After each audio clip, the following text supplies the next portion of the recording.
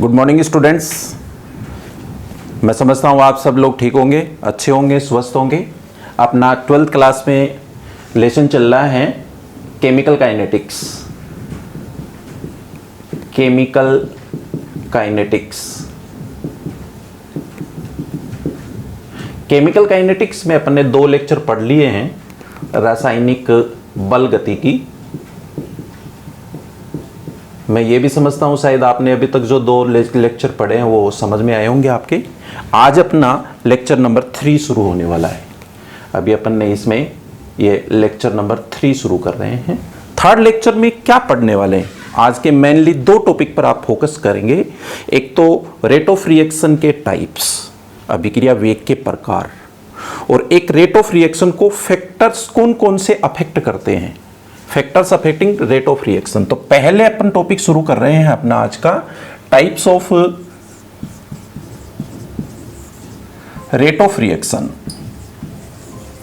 आज का अपना ये वाला टॉपिक है, इसको आप मेरे साथ में प्रिपेयर करिए। अभिक्रिया वेग के प्रकार। कोई भी एक रिएक्शन जब कंप्लीट होती है तो कितने टाइप्स की रिएक्शंस टोटल बन सकती हैं, ये सब अपन पढ़ना चाहते हैं। रेट ऑफ रिएक्शन के अकॉर्डिंग रेट ऑफ रिएक्शन जो होती है वो कितने टाइप्स होती है, अभिक्रिया वेग के कितने प्रकार होते हैं। इसके लिए आपको सबसे पहले एक एग्जाम्पल देता हूं, उस एग्जाम्पल से अपने आप रिएक्शंस के टाइप्स आ जाएंगे। सपोज आपके पास ए कोई एक रिएक्टेंट है, आपके पास ए क्रियाकारक है और यह अभी बी प्रोडक्ट में कन्वर्ट होने वाला है, बी उत्पाद बनेगा इसका। जब ये ए स्टार्टिंग में रिएक्शन में पार्टिसिपेट करता है उस समय डायरेक्ट ही प्रोडक्ट बनना शुरू नहीं होता है। ए की कंसंट्रेशन धीरे धीरे कम होने लगती है, ए की कंसंट्रेशन में चेंज आने लगता है। तो वैसे वैसे बी की कंसंट्रेशन इंक्रीज नहीं होती है स्टार्टिंग में, शुरुआत में। जैसे इसके लिए मैंने पीछे वाले लेक्चर में एक एग्जांपल दिया था कि आपके पास में गाड़ी खड़ी है, स्टार्ट खड़ी है बाहर, उसका डीजल या पेट्रोल खर्च हो रहा है लेकिन वो चल नहीं रही है। इसका मतलब है कि उसकी कंसंट्रेशन तो कम हो रही है लेकिन अभी प्रोडक्ट बनना शुरू नहीं हुआ है। यानी आप इससे अभी तक ये बात समझे हैं, यहां पर मैं लिख देता हूं कि अपने पास इस रिएक्शन में अभी प्रोडक्ट 0 है। प्रोडक्ट का सिंबल मैं यहां पर x लेके चल रहा हूं। बोलिए अभी अपन ने प्रोडक्ट कितना मान लिया है? 0 मान लिया है। इनिशियल कंसंट्रेशन ऑफ रिएक्टेंट कुछ भी हो सकती है आपकी, यहां पर कंसंट्रेशन आप कुछ भी मानिए, सपोज 1 है, लेकिन अभी प्रोडक्ट बनना कितना, प्रोडक्ट बनना शुरू नहीं हुआ तो कितना मान लिया अपन ने? 0 मान लिया। जब तक प्रोडक्ट 0 है तब तक हम टाइम हमेशा 0 ही मान के चलेंगे। टाइम यानी t = 0 मानेंगे। तो आपको अगर ये वाली बात याद रह जाती है कि t = 0 टाइम पर x = प्रोडक्ट 0 बना है, तो इसको हम इनिशियल रेट ऑफ रिएक्शन बोलते हैं। इनिशियल रेट ऑफ रिएक्शन, ये आपने अभिक्रिया का प्रारंभिक वेग पढ़ा है। अब देखिए दोबारा से अपन इसके डेफिनेशन बनाते हैं। What is initial rate of reaction? Initial rate का मतलब होता है कि रिएक्टेंट की कंसंट्रेशन डिक्रीज होने लग गई है बट प्रोडक्ट बनना शुरू नहीं हुआ है। बोलिए product x = 0 at t = 0 time. 0 time पर x की वैल्यू जब 0 होती है, t = 0 टाइम पर x की वैल्यू 0 होती है तो उसको इनिशियल रेट बोलते हैं। रेट ऑफ रिएक्शन का फर्स्ट टाइप आया है, इसकी थ्योरी नहीं लिखें, बस ये ही हमेशा काम आया करेंगे। जब भी आप कोई न्यूमेरिकल सोल्व करेंगे मैथमेटिकल क्वेश्चन में, इनमें हमेशा ये बात याद रखेंगे, एट t = 0, बोलिए x = 0, that means initial concentration, initial rate of reaction, अभिक्रिया का प्रारंभिक वेग। मैं रेट ऑफ रिएक्शन के सेकंड टाइप में चलता हूं। ये ए के बाद में बी पॉइंट शुरू कर रहा हूं जिसको अपन बोलते हैं इंस्टेंटेनियस रेट ऑफ रिएक्शन। अभिक्रिया का तात्क्षणिक वेग, ये तो था प्रारंभिक वेग। अब तत्काल परिवर्तन होने वाला वेग, जिस गाड़ी की अपन बात कर रहे थे, जो गाड़ी यहां बाहर खड़ी थी, डीजल या पेट्रोल उसका खर्च हो रहा है, वो चल नहीं रही थी, तब तक के वेग को प्रारंभिक वेग बोला था। लेकिन अब वो गाड़ी चल पड़ी है, यदि वो गाड़ी चल पड़ी है तो हम टाइम नोट करते हैं।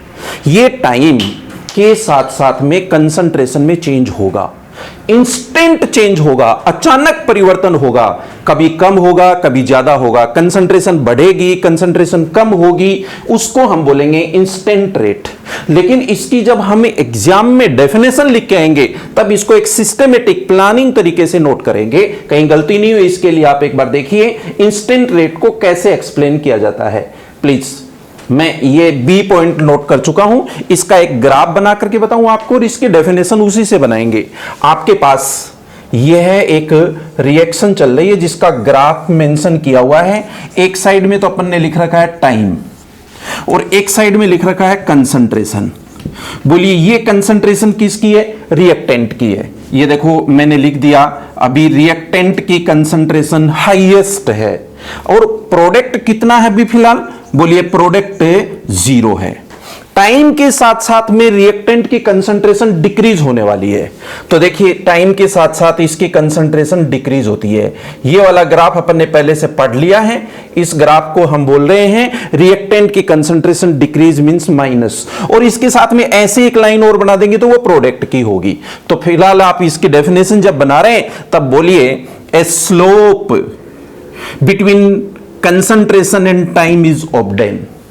सांद्रता और समय के मध्य जब ग्राफ खींचते हैं तो एक ढाल प्राप्त होता है।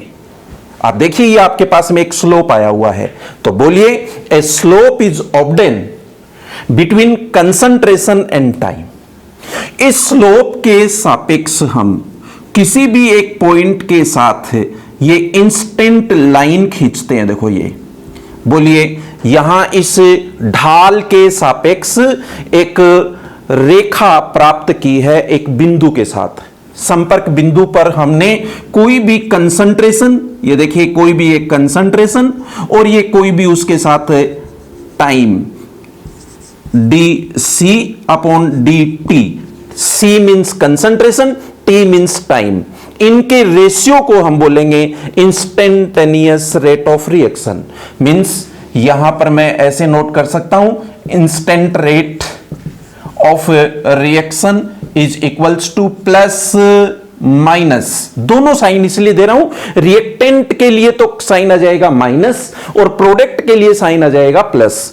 Plus minus dc upon dt. जब चेंज कम होता है तो डीसी अपॉन डीटी और जब चेंज ज्यादा होता है तो डेल्टा सी अपॉन डेल्टा टी। ये एक फॉर्मूला आप लर्न रखेंगे, इस फॉर्मूले को आप इंस्टेंटेनियस रेट के लिए यूज कीजिए। ये डेफिनेशन जब आप दे हो तो इसके साथ में ग्राफ आना चाहिए। एक बार दोबारा से सुन लीजिए डेफिनेशन को। आपने रिएक्टेंट कंसंट्रेशन और टाइम के बीच एक ग्राफ बनाया है। जब ये ग्राफ बनाया जाता है तो देखिए इसमें एक ढाल प्राप्त होता है, एक स्लोप हमें प्राप्त होता है। ये स्लोप आ गया है। इस स्लोप के सापेक्ष हमने एक लाइन खींची है जिसको टेंजेंट लाइन बोल सकते हैं। इस लाइन पर जब हमें एक बिंदु प्राप्त हुआ, देखो इस स्लोप पर हमें एक बिंदु प्राप्त हुआ, एक पॉइंट प्राप्त हुआ है, उस पॉइंट पर कंसंट्रेशन और टाइम के रेशियो को, अनुपात को हम इंस्टेंटेनियस रेट बोलते हैं। The ratio between concentration and time is called instantaneous rate. किस पर? उस स्लोप पर।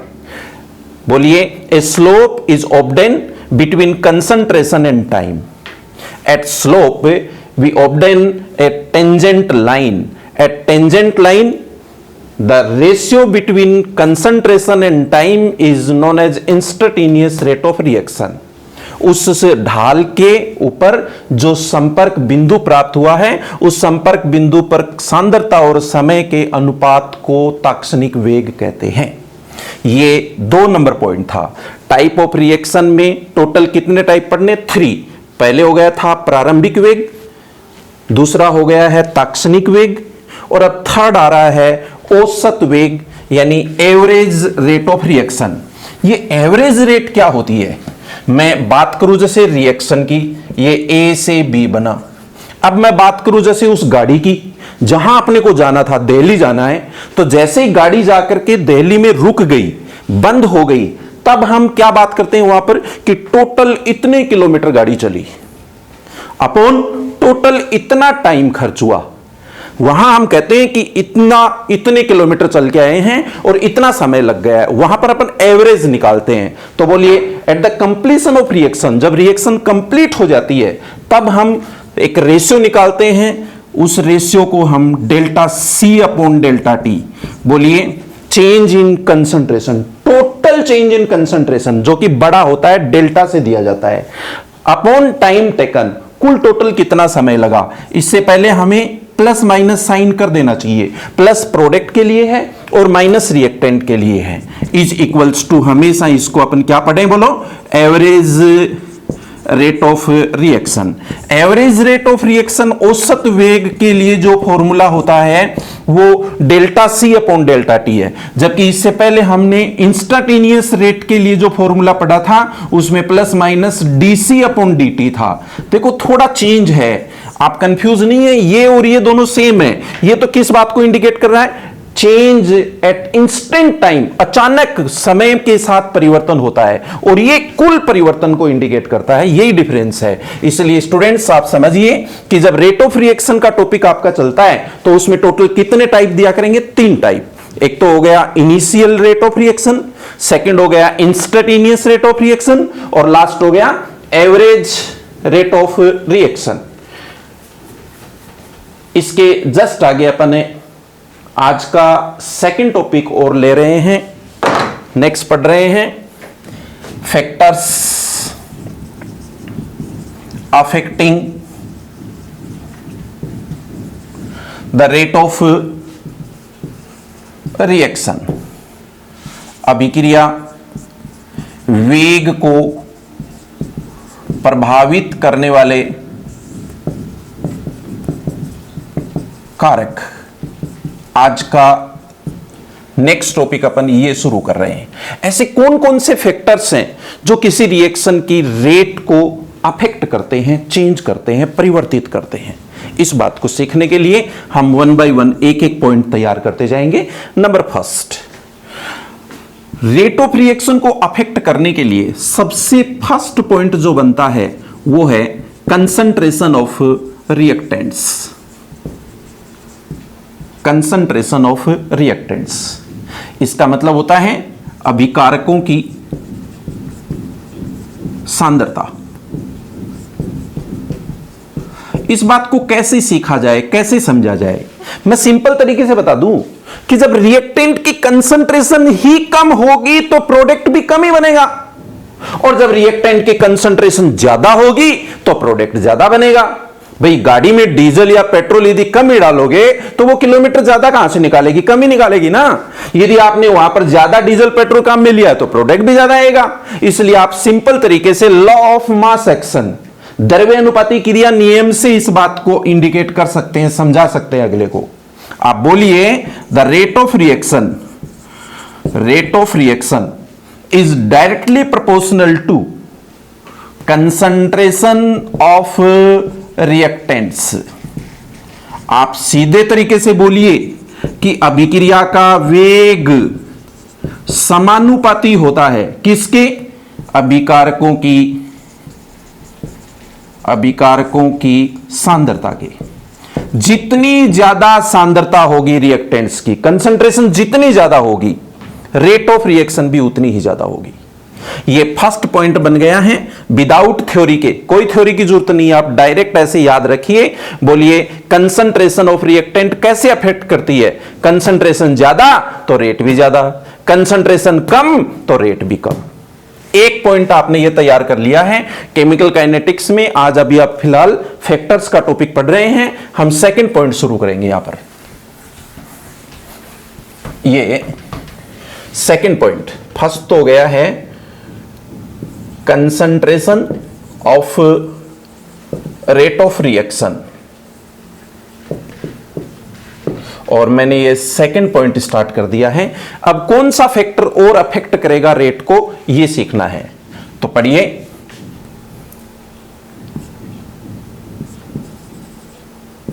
टेम्परेचर रेट को कैसे अफेक्ट करता है, सॉरी पहले एक बार इससे पहले ये बता दूं, nature of reactants. Nature of reactant मतलब हो गया अभिकारकों की प्रकृति। यस, रिएक्टेंट्स की नेचर कैसी है इस पर डिपेंड करती है किसी भी रिएक्शन की रेट। अपने सिंपल तरीके से समझने वाला कोई एक एग्जांपल लेता हूं। अपन जहां रहते हैं, जिस एनवायरनमेंट में रह रहे हैं, वहां पर अपने को ऑक्सीजन गैस अवेलेबल है। जिस रूम में आप बैठे हैं या बाहर आप जहां भी हैं, इस ऑक्सीजन के कांटेक्ट में अब देखना कोई दूसरी अलग अलग गैसेज आ रही है या कोई भी आपके पास में मेटल आ रहा है। सपोज यहां पर आपने रिएक्शन ए, बी और सी के साथ में करवाई, तो मेरे कहने का मतलब यहां पर क्या है कि ए की नेचर, बी की नेचर, सी की नेचर एक जैसी नहीं है, तो फिर इनके प्रोडक्ट्स भी एक समान नहीं बनेंगे। इनके प्रोडक्ट बनने की स्पीड भी एक समान नहीं होगी। क्यों? क्योंकि नेचर ऑफ रिएक्टेंट जो होती है उसी से तो रिएक्शन की रेट बनती है।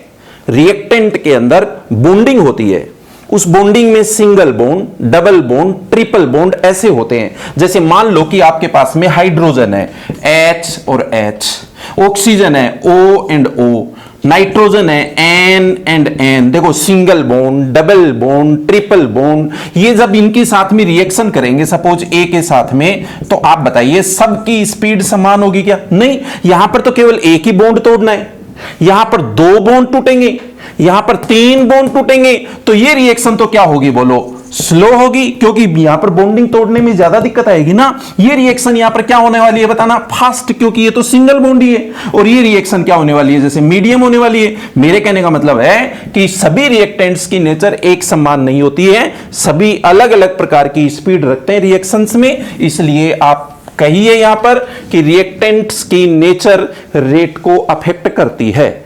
नंबर 3, नेक्स्ट पॉइंट में अपन चलेंगे, टेम्परेचर, इफेक्ट ऑफ टेम्परेचर। ये 3rd अपन स्टार्ट कर रहे हैं, इफेक्ट ऑफ टेम्परेचर, ताप का प्रभाव। ताप का प्रभाव कैसे अफेक्ट करता है रिएक्शन को, टेम्परेचर कैसे अफेक्ट करता है, इस बात को सीखते हैं। जैसे मान लो आपके पास में एक रिएक्शन है A प्लस बी, इससे प्रोडक्ट बन रहा है C प्लस डी। अब A प्लस बी सपोज अभी 25 डिग्री सेंटीग्रेड टेम्परेचर पर चल रही है और ये प्रोडक्ट बना रही है। मैंने इस रिएक्शन का टेम्परेचर इंक्रीज कर दिया, आप देख के बताओ कितना इंक्रीज किया है, कितना बढ़ा दिया है मैंने? 10 डिग्री सेंटीग्रेड। अब कितने टेम्परेचर पर रिएक्शन चल रही है? 35 डिग्री सेंटीग्रेड पर। तो निश्चित रूप से इस रिएक्शन की रेट चेंज होने वाली है। वो कैसे चेंज होगी ये हम 2 तरीके से पढ़ते हैं। 2 तरीके से कैसे पढ़ते हैं कि रिएक्शन के 2 टाइप्स माने जाते हैं टेम्परेचर के भी। आप पे रिएक्शन के टाइप्स ऑफ रिएक्शन 2 होते हैं। कौन कौन से टाइप्स होते हैं? आपने एक तो पढ़ा होगा एक्सोथर्मिक रिएक्शन, एक होता है एंडोथर्मिक रिएक्शन। एक्सो यानी उष्मा क्षेपी, एंडो यानी उष्मा शोषी। एक्सोथर्मिक रिएक्शन जो होती है इनमें टेम्परेचर अपने आप ही बाहर निकलता है, इन रिएक्शंस को टेम्परेचर देने की जरूरत नहीं होती है। जबकि एंडोथर्मिक रिएक्शन को टेम्परेचर की रिक्वायरमेंट है। तो जिस रिएक्शन को टेम्परेचर की रिक्वायरमेंट है उसके लिए चिन्ह होता है delta H equals to positive. ये चिन्ह जिस रिएक्शन में है उस रिएक्शन का टेम्परेचर बढ़ाना है, रेट ऑफ रिएक्शन बढ़ जाएगी। और जिन रिएक्शंस के लिए delta H equals to negative होता है, इसका मतलब है कि इस रिएक्शन को टेम्परेचर की रिक्वायरमेंट नहीं है।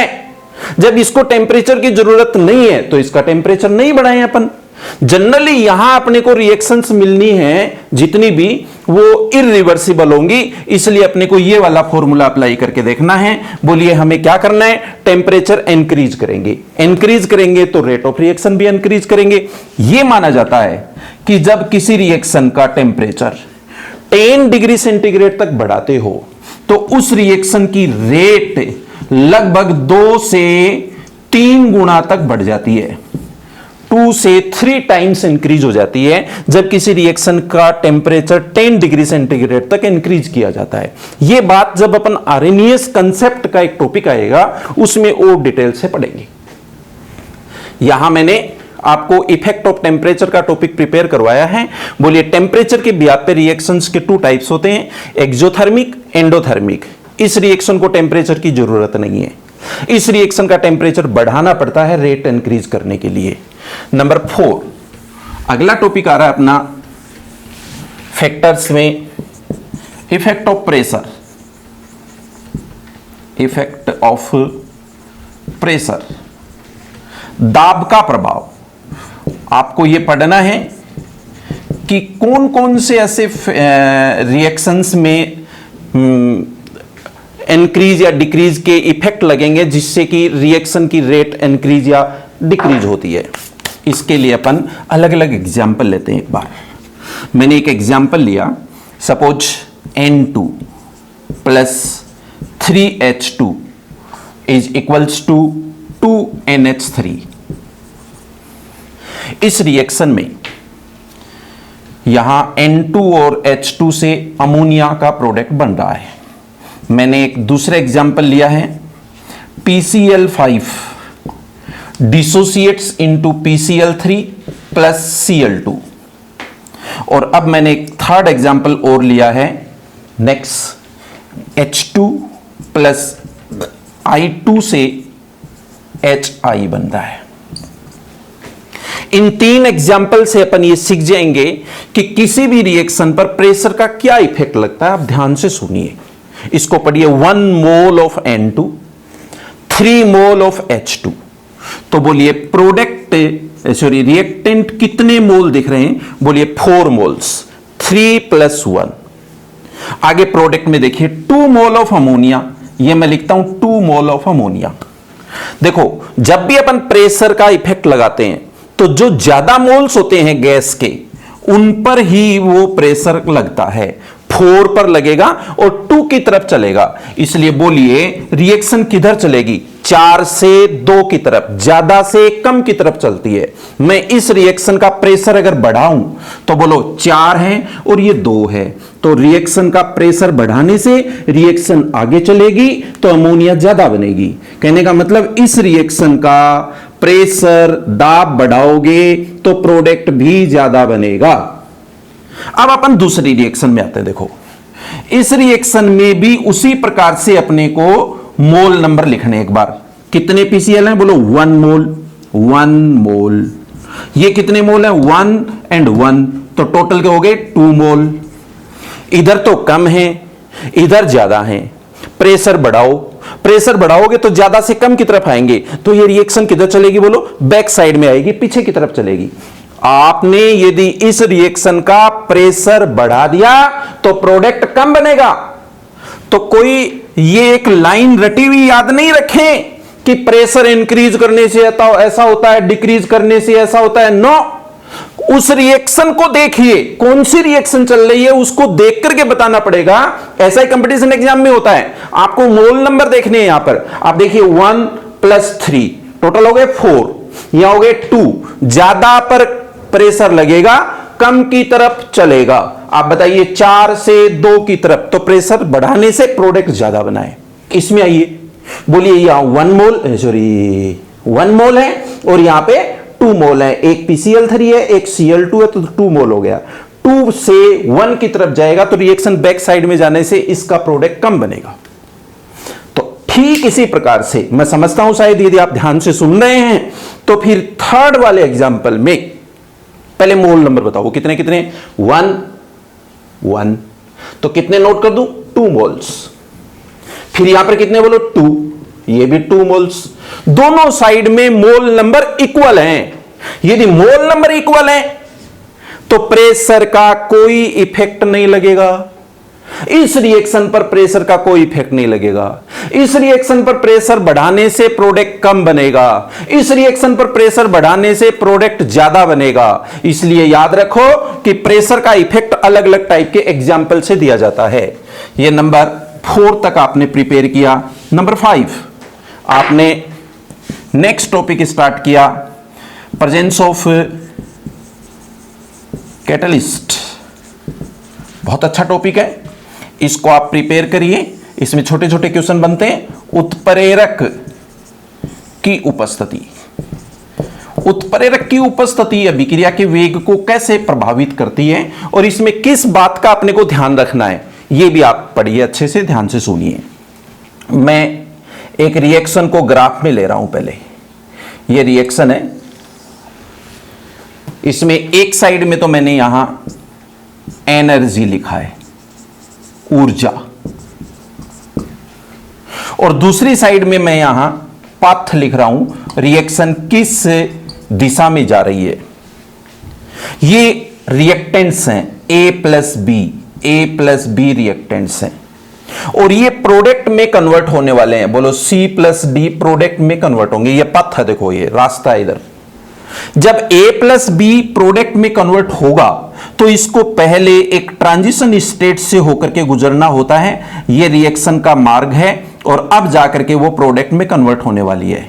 ऐसे इस लेवल को, जो लास्ट लेवल यहां पर आपके पास आया है, इसको बोला जाता है ट्रांजिशन स्टेट। ट्रांजिशन स्टेट, ऊर्जा अवरोध या संक्रमण अवस्था। संक्रमण अवस्था। तो ये रिएक्टेंट जो होते हैं, इनके लिए ये एनर्जी है जिसको अपन एक्टिवेशन एनर्जी बोलते हैं, सैकरियन ऊर्जा बोलते हैं। ये लीजिए सैकरियन ऊर्जा, एक्टिवेशन एनर्जी।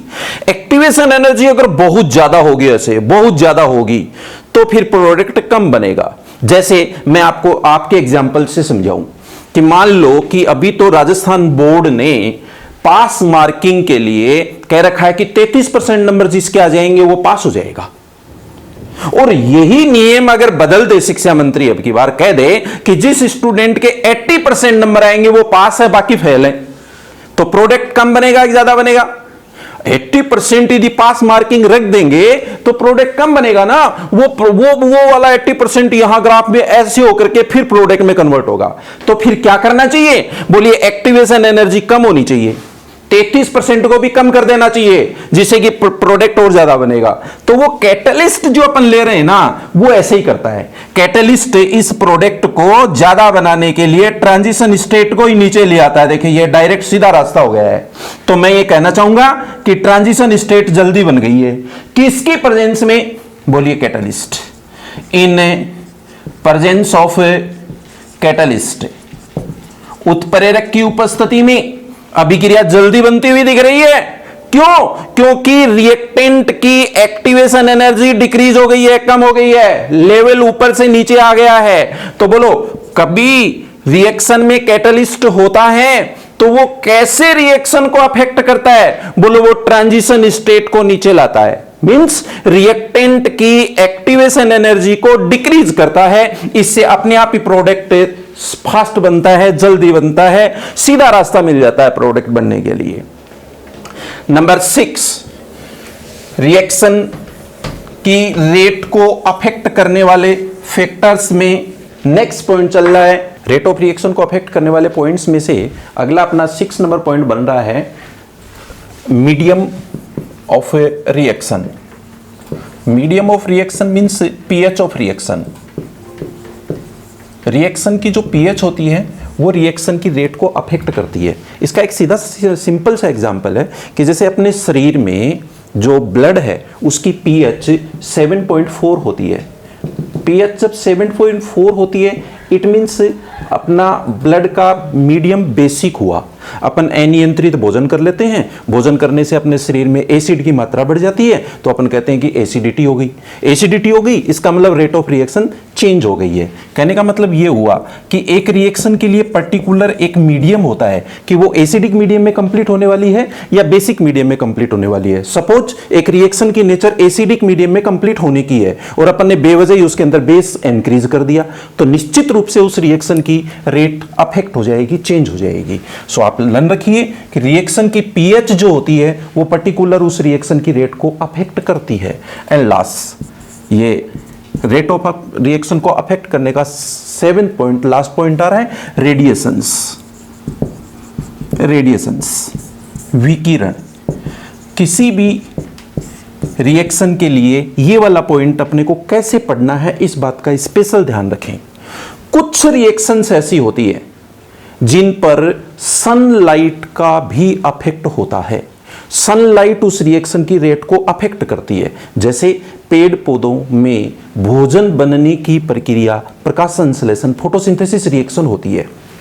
मैंने नोट किया, कार्बन डाइऑक्साइड प्लस H2O के मिलने से ग्लूकोज C6H12O6 प्लस ऑक्सीजन बनती है। इस रिएक्शन के लिए जब यहां पर अपन एरो पे लिखते हैं sunlight, in presence of light reaction की रेट इंक्रीज हो जाएगी। नहीं तो अपन ऐसे थोड़ी होता है कि पेड़ पौधों को अगर अपन ने केवल कार्बन डाइऑक्साइड और ऑक्सीजन मिलती रहे और प्रकाश नहीं मिले तो फिर भोजन नहीं बनेगा। ऐसे कुछ रिएक्शंस होती हैं। जैसे मैं अभी एक रिएक्शन लिखूंगा H2 प्लस Cl2, तो सामने स्टूडेंट्स की आवाज आएगी कि सर 2HCl बनेगा। नो, ये नहीं बनना है। मैंने सपोज आपके कहने से अगर लिख भी दिया तो रिएक्शन कंप्लीट नहीं हो रही है। ये रिएक्शन तभी कंप्लीट होगी जब अपन एरो पे लिखेंगे लाइट। सनलाइट की प्रेजेंस में ही ये रिएक्शन कंप्लीट होनी है। तो याद रखिए, कुछ रिएक्शंस ऐसी होती हैं जिनकी रेट को कौन अफेक्ट करता है? Radiations. In presence of radiations the rate of reaction increase और डिक्रीज। Thank you.